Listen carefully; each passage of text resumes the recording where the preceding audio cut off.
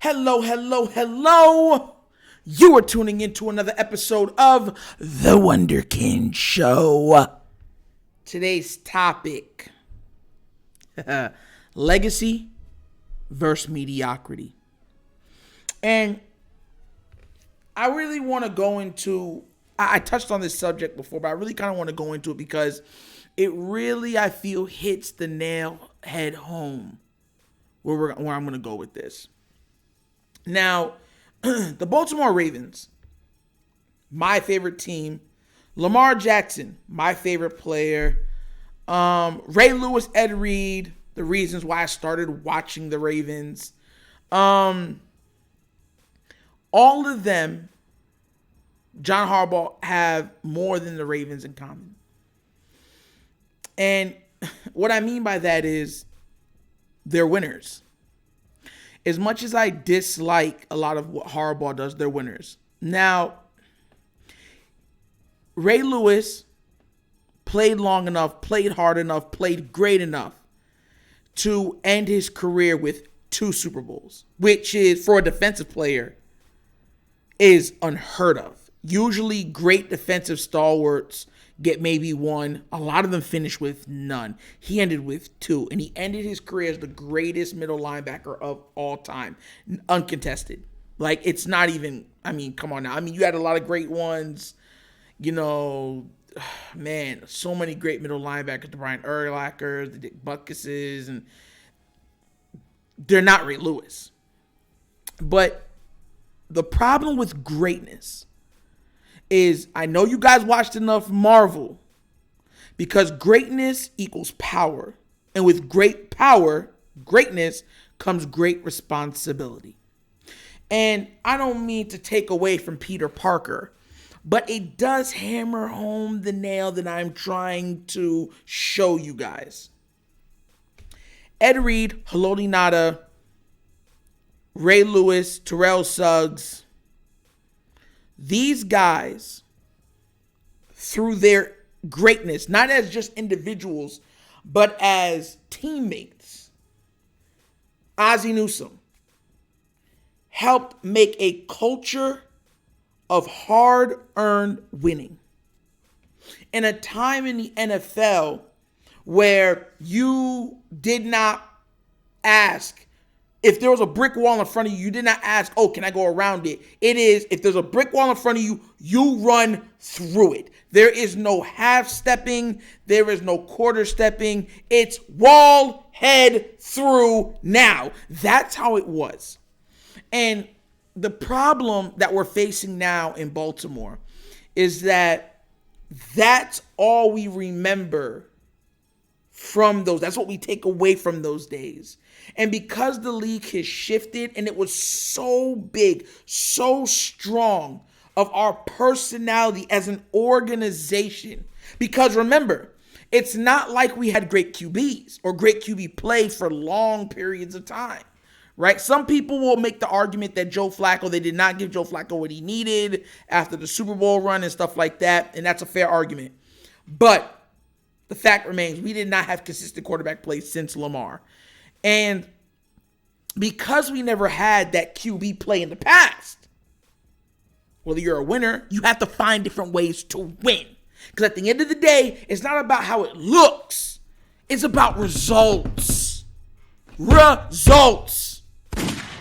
And that's the legacy of a Ray Lewis, of a Terrell Suggs, of an Ed Reed.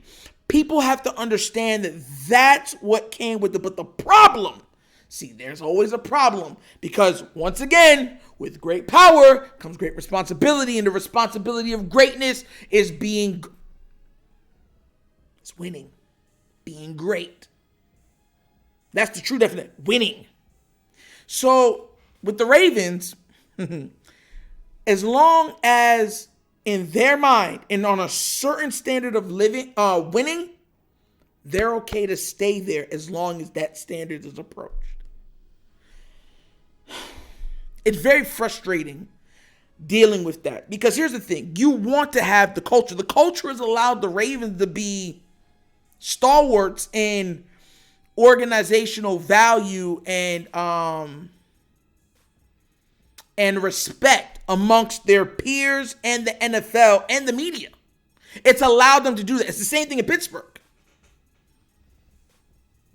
But here's the problem. We've never had an offensive player like Lamar. You see, when you have an all-pro quarterback, making the playoffs is no longer, oh, yeah, we made the playoffs, bro. Like, man, we had to scratch and claw for that. No.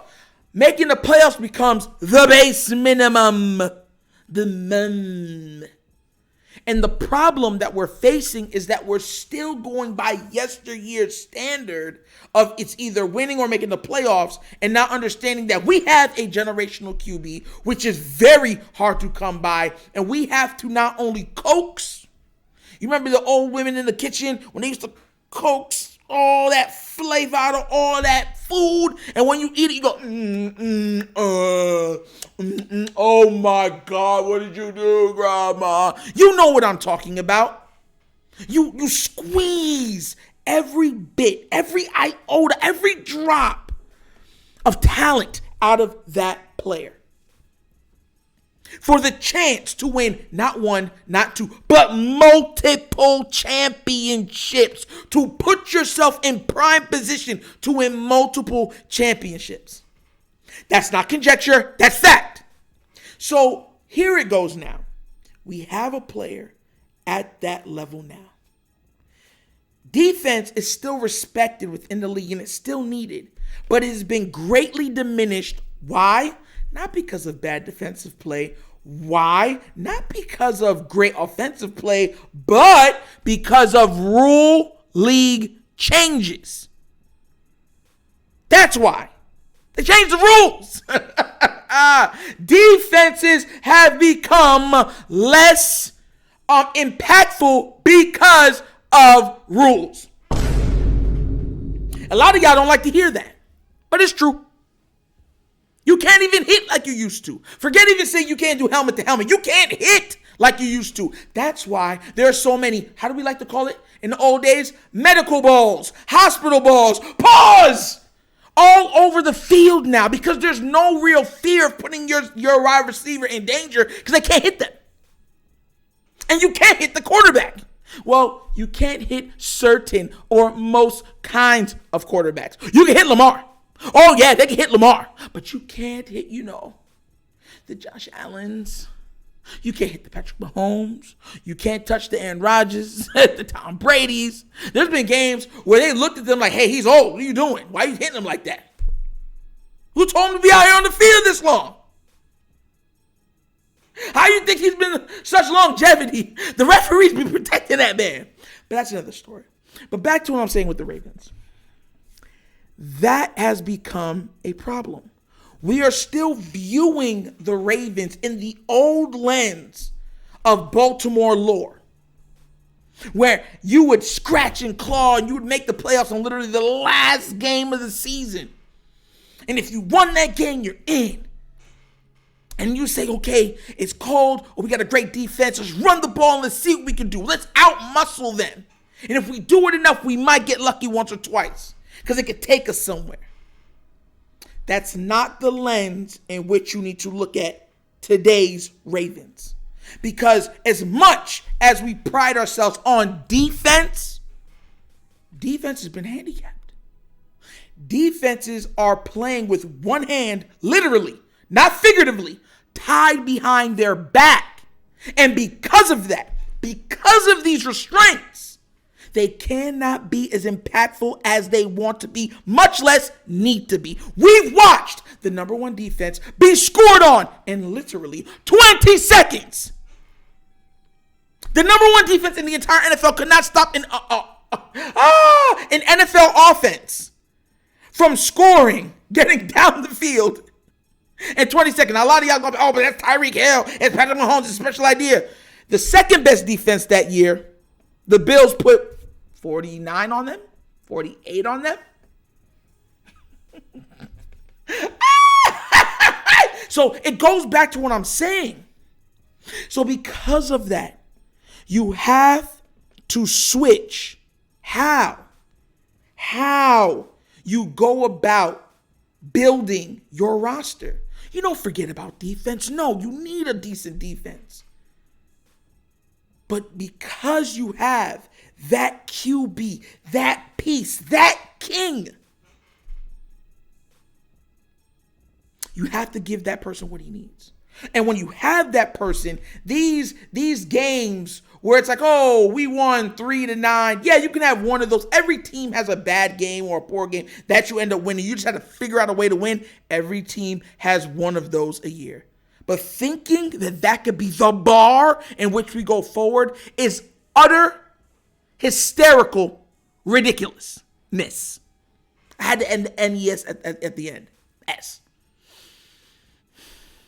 And the crazy part is, Raven fans know this. You see the writing on the wall. You know what the truth is. But you know what you do? You go like this. La la la la la la la la la la la la. I don't hear you. I don't see you. I don't listen. I won't. And then what you do is you place blame to make yourself feel more comfortable in your fanhood of the team, which then lets the coaching staff feel more comfortable in their seats because it lessens the fire that they're sitting on. Look, do you think just making the playoffs? Oh, we clinched the playoff spot is what Buffalo. Oh, yeah, we clinched the playoff spot. Kansas City clinched the playoff spot 2-3 weeks ago. Hey, when you got a Patrick Mahomes, do you think they're celebrating that? It's a given. It's expected. Unless you're Justin Herbert, it's expected. When you have a Josh Allen, it's expected. When you have a Lamar Jackson, it's expected. There's different levels of QB in this league. That's why I say what I say and how I say it. Lamar's on that level.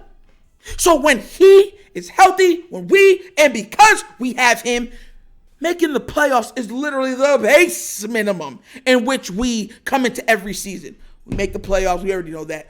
All right, we made the playoffs. Can we win our division? That's step 2. Step 3, win a playoff game. Step 4, win another playoff game. Step 5, make it to the AFC Championship game. Step 6,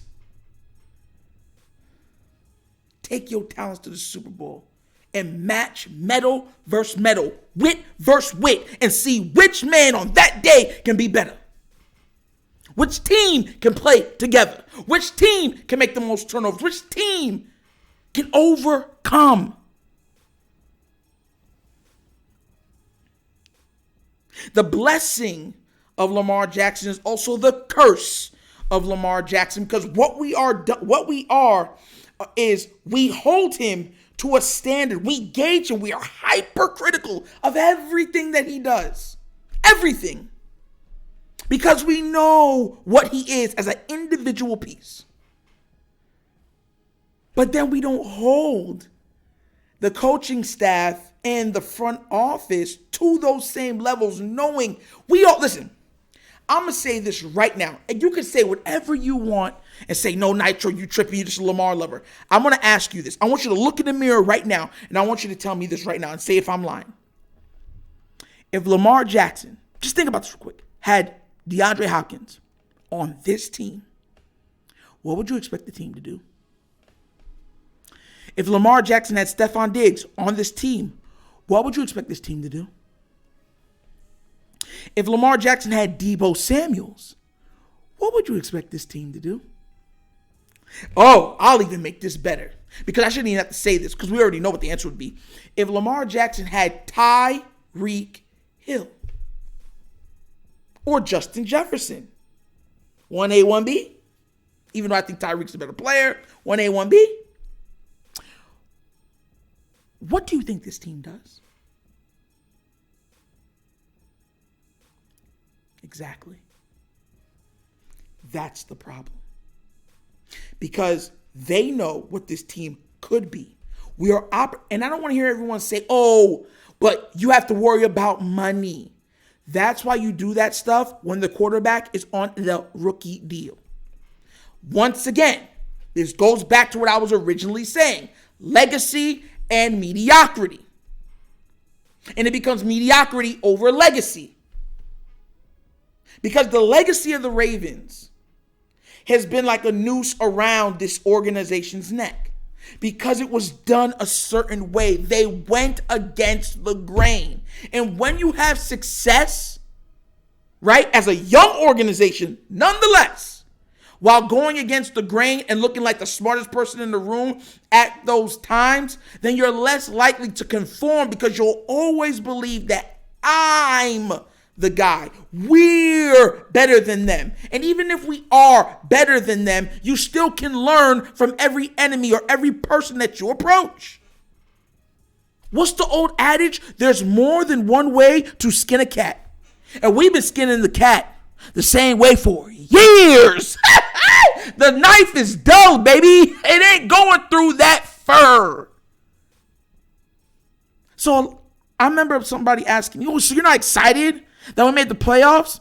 I expected the playoffs. What? When you have a top 5 QB in the league, making the playoffs is nothing more than a regular scheduled programming.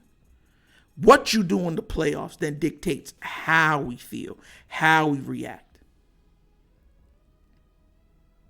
That's just fact. All I'm saying is that us as Raven fans, just like how the front office, need to conform to the idea that the NFL is morphing, changing right before our very eyes. And if we stay in the old guard and old adage of being the old Ravens, we will be left behind because teams are not getting worse, especially in the AFC North. They're getting better every single year. And if you are standing still, you are lagging behind because you might be here and everyone's here, right? But then when people go like this, you're still here. And when people go like this, you're still here. And when people go like this, you're still here. So then you're getting left behind. And I don't know about you. The legacy that this team stands for does not entail being left behind. So I don't know about you guys, but I do know this. I hold this team to a high standard, just like how a lot of Raven fans, a lot of me hold Lamar Jackson to a high standard. And what I expect greatness because that's our legacy.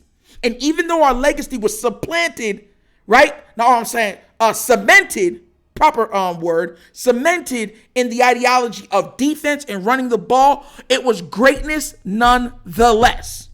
Greatness can change. Greatness can make concessions. Greatness can learn. That's when you truly make something to behold. Do you think Michael Jordan was the most physically gifted, even though he was one of the most physically gifted athletes of all time? Do you think he's the most physically gifted athlete of all time? No. Those are the Vince Carters. Those are the LeBron James. Those dudes are beyond physically gifted. Tracy McGrady. It's the learning. Always adding something. Because then even if you lag behind in one area, because you have made it up in another area, it keeps you moving forward. And no matter how small progress is still progress. And we have to adopt that new ideology moving forward. No pun intended. And that was another episode of the Wunderkind Show. Hey, yo. Hey, look, man, you guys can be anywhere else in the world, but you're here with me. You know I appreciate that. You guys have been nothing but amazing. We've literally reached 500 subscribers. We're over 500 subscribers right now. So I just want everybody to give yourselves a clap in the hands because we wouldn't be here without you guys. So from me to you, especially with it coming at the end of the year, what a great Christmas gift for this channel. To know that I have patrons and people that really and truly love the content that I'm trying to give every single day. And we're going to get better every single day because that same ideology, I believe in it. And I will adopt it on this content for this channel. So once again, if you haven't already and your first time watching this channel, please do remember, like, subscribe. Hit the notification bell so you can be up to date with the most current videos at hand. And you can always go back to the playlist and watch the back ones.